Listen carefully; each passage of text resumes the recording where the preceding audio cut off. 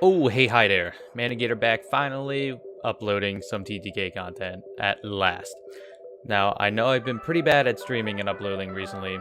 It's just I had company over the weekend and I was really far behind on TTK. So what I'm trying to say is I've just been playing a lot with friends and whatnot. Just, not offline, but, just not sharing pretty much because I was behind. I feel as though I was behind in everything I was doing. I feel as though it was really boring because there was a lot of PvE and I was just grinding things, trying to get better weapons.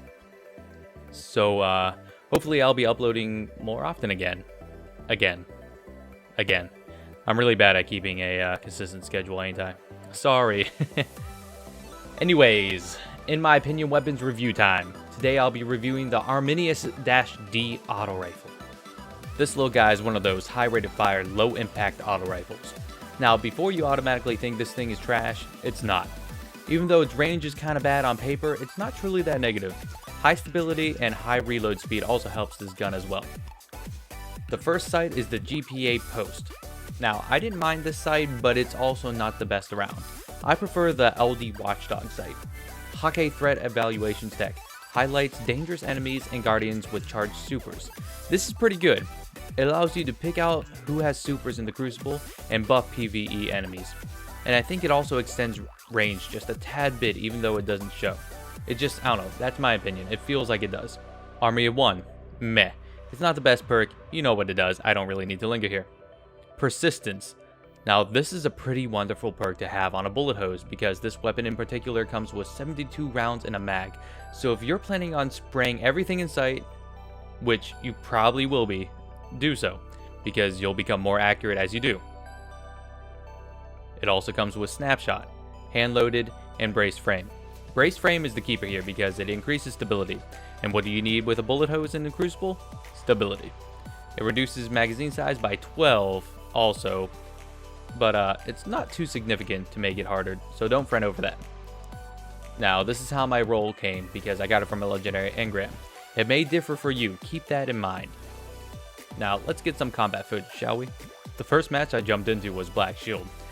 I was kind of afraid at first because it has decently large field of views, but I made it work, as you're about to see. As you can see from my first engagement, I was doing 13 damage to the body and 16 precision. Pretty horrendous, right? But I was able to outgun that player because of how fast I can shoot and how well I controlled the recoil.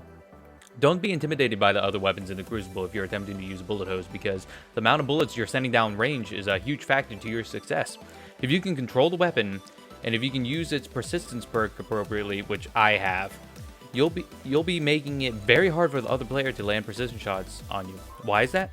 Because every bullet that hits you makes you flinch, right? Well, imagine how many shots are getting put into the target when you're pulling the trigger to this bad boy. Now, both shotguns and sniper rifles are good to pair with this weapon since its sweet spot is best at mid-range, in my opinion. It does really well at close, but at that point any good player will just whip out their shotguns, and there's no better way of taking out a shotgun than if you also use a shotgun. And then there's long-range engagements. This is a low-impact auto rifle. That means it gets really freaking hard to use at longer ranges. This is why I was sticking around the inside of the map more than out in the open. I didn't want to risk getting outgunned by a weapon that's best suited for that situation, like a sniper or a scout. Now here, I was actually exploring out into the open more. As you can see, I was roaming around with my super because, I don't know if that gives me a little bit more of a tanky ability or not. But I was coming out here because Heavy just dropped, and I really wanted to catch the guy before he was able to just ruin my day with Heavy. Luckily, I caught him with his pants down. He was holding a sword, so he had to take that time and switch in order to take me out. And by that time, I was able to outgun him before he was able to do much damage on me. And that was actually really risky because my range is very limited. So here we go. I was just showing some more clips here, and there's really no more to say about this gun, honestly, than what I've already explained. But I really wanted to show this upcoming clip actually because I do some work. I do some work with this gun, and I make some really smart plays, and I can show you how well, snipers, shotguns. I use a sniper in the next one. So I just want to show you how well, they both work, pretty much. I don't know, I'm just blabbering now because I'm an amateur. Shut up. So here it is. Here's the second round that I chose to do in Rumble with the Arminius-D. I coupled it with my 1,000-yard stare, I want to say that sniper rifle is called. I'm really not sure. But it came with short gaze, which I was really excited for. And I just overall make really good plays on this match. So here I am. This guy almost caught me off guard. This guy was crouched around the corners. Luckily, he refused to use his melee or whip out his secondary. He probably had a shotgun. That's why he was maybe crouching. I'm not sure. But I was able to take him down actually very quickly because of how well this weapon does in close quarters. Here, I cleaned that up. This guy I take out. He was trying to get away. He didn't really know where I was coming from. I whip out my sniper rifle here thinking he was going to be up higher. I messed up. He could have easily killed me with a shotgun, but luckily I came through.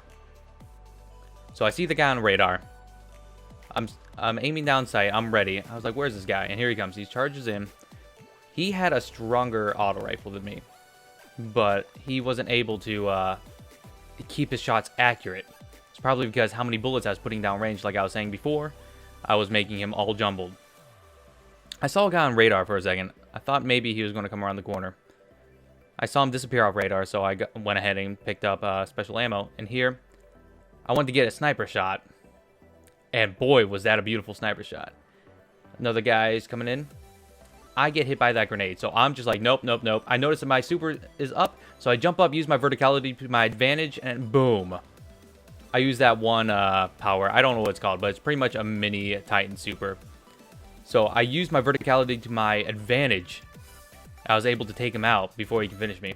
This guy, I'm not actually sure what that guy was doing. He was just kind of floating around having a good time. So there's my super. I had to use my super. Yeah, I couldn't just keep it, this gun, even though it's, it's this weapon's review. That guy is, I want to say that was one of the first guys I killed before. He's just creeping in a corner. He didn't shoot at me until I turned around and noticed him. I have no idea what he was doing. Absolutely no idea. So I was able to get an easy headshot there. He was just strafing. Another guy coming around the corner. Their recoil actually made me whip up, and I was able to get a headshot off of him with the recoil. Lucky headshot, lucky. This guy, I shot in the weenus. He was low health. I was able to take him out. Here was a sticky situation. I was getting pinched, so I made the choice to just run. Just run. Here he could have easily killed me, but he made the choice of actually turning around and killing the other guy. But there was my good spree with this setup. So I ended up going pretty positive. What did I do? 23 and 4. 23 and 4 at the end of the game. It was pretty good. So this is the end of the review. I hope everybody enjoyed. Stay awesome. I'll see you later, Space Cowboys. Whoa, whoa, whoa, whoa, whoa. Hold up. Wait a moment. I messed up. This ain't actually the end. Alright. So what I wanted to put in here somewhere in the video was this is going to be my new flavor. This is like my new twist on my, in my opinion, weapon reviews. So I'm going to go in, pre-record, and I'm going to do a commentary over it, and yada, yada, yada. I forgot to explain that. And also, this is part 1 of a 2-weapon part review. Part 2, or this is part 1. Part 2 will probably be up tomorrow. So this is how I'm going to do it. Part 1s are usually going to be PvP. I'll talk about PvP, and then I'll take the weapon to PvE and explain if you should use it or not in PvE. So yes, please comment down below if you like this sort of thing. Am I doing good now? I'm not sure. So if you want me to keep on doing this way, tell me. If not, I'll revert back to the old ways. So yeah, now I'm done. Now you guys can prepare to leave.